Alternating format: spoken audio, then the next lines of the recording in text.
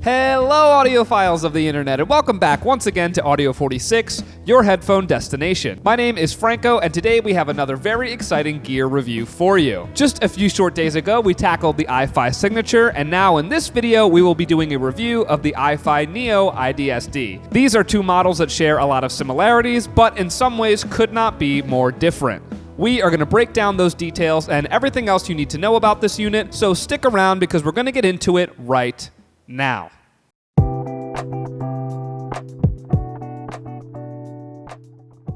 Let's start, as we always do, by unboxing. The box is your typical iFi configuration with a photo sleeve that removes to reveal a simple white box. Upon opening, you'll see the Neo on top, and underneath are three different boxes with all your accessories. One contains a USB cable, RCA cable, a remote control, and your all-important 1/4-inch adapter and an antenna. The second box contains your power supply and a stand. This unit, much like iFi's other design, is characterized by a sturdy and smooth-feeling aluminum chassis. This one sports a nice clean silver color that embodies the principle of simplicity that is such a key factor of the Neo. This unit comes with a neat inclusion of a stand, which means it can be placed horizontally or vertically. The OLED display screen flips to match orientation. One rotary knob controls all the functionality. The screen will display your output gain, decoding quality, sample rate, and the output that you are currently using. You can toggle through three different brightness levels. There are also a couple of buttons to power on, as well as to pair and to switch outputs. On the front, you have two inputs, one a 1/4-inch unbalanced, the other a 4.4mm balanced. On the back, there are a few output options, starting with the left and right XLR and RCA. There are also a few digital options, including coaxial, USB, and optical. The Neo can be used as a pure DAC if you connect it to a separate integrated amp or preamp using the fixed level analog output, or you can treat it as a DAC preamp and pair it with a power amp or active speakers. Thirdly, you can keep it really simple and plug your headphones in to enjoy the remarkable hi-fi stage. This is also a great unit to enhance your gaming. Anyone looking to get their hands on an Xbox Series X or PS5 may want to consider adding this into the mix to get the most immersive sound they've ever experienced with a console. As for elements under the hood, it'll be no surprise to any iFi fan that the brand is once again proudly using the Burr Brown dual DAC chip, which splits your digital information through two different pathways to allow your files to remain bit perfect. But it has been souped up even more here with a new 16-core XMOS microcontroller for processing data through your digital inputs. This gives you double the clock speed and 4 times the memory. If you're looking for your new favorite high-res DAC, then the Neo just might claim that spot for you, as there is not much that this powerful unit can't do.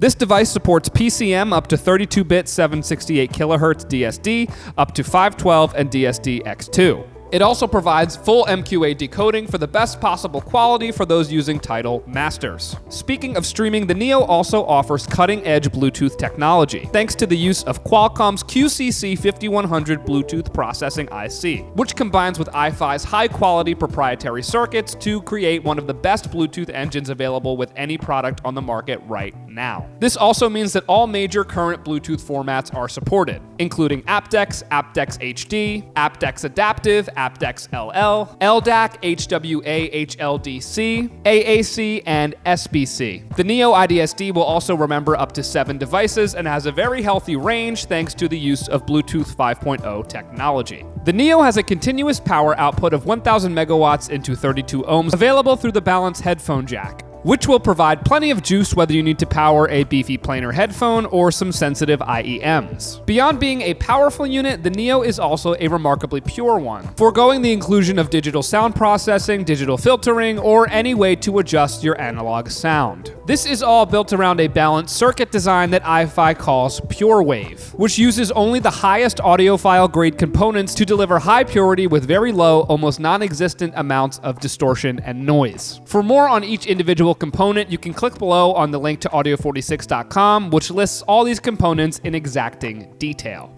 Now, of course, on to the sound quality. When listening to these, I mostly opted to use the Beyerdynamic T5 3rd generation closed back headphone, which I reviewed a while back in the very beginning of the fall. I absolutely loved both this headphone and its sister model, but if I found one area to be lacking in both of them, it was the high-end frequencies. When pairing the T5 with the Neo, it retained a lot of the round warmth that is characteristic of this particular headphone signature. However, there was more of a crispness and a sizzle in the top end. The high-end frequencies didn't tilt any further or gain a lot of volume, but they took on more definition and harder lines to their shape that I thought was an improvement overall, making the high frequencies a little more dynamic and just less pale. This did wonders, especially since the low end still sounded very full and was given its full room and depth to expand. The stage remained nice and wide, the details were still crisp and clear, and overall the Neo enhanced the total profile of these headphones while adding a bit more juice to the areas where it was lacking, which is exactly what I wanted out of this unit.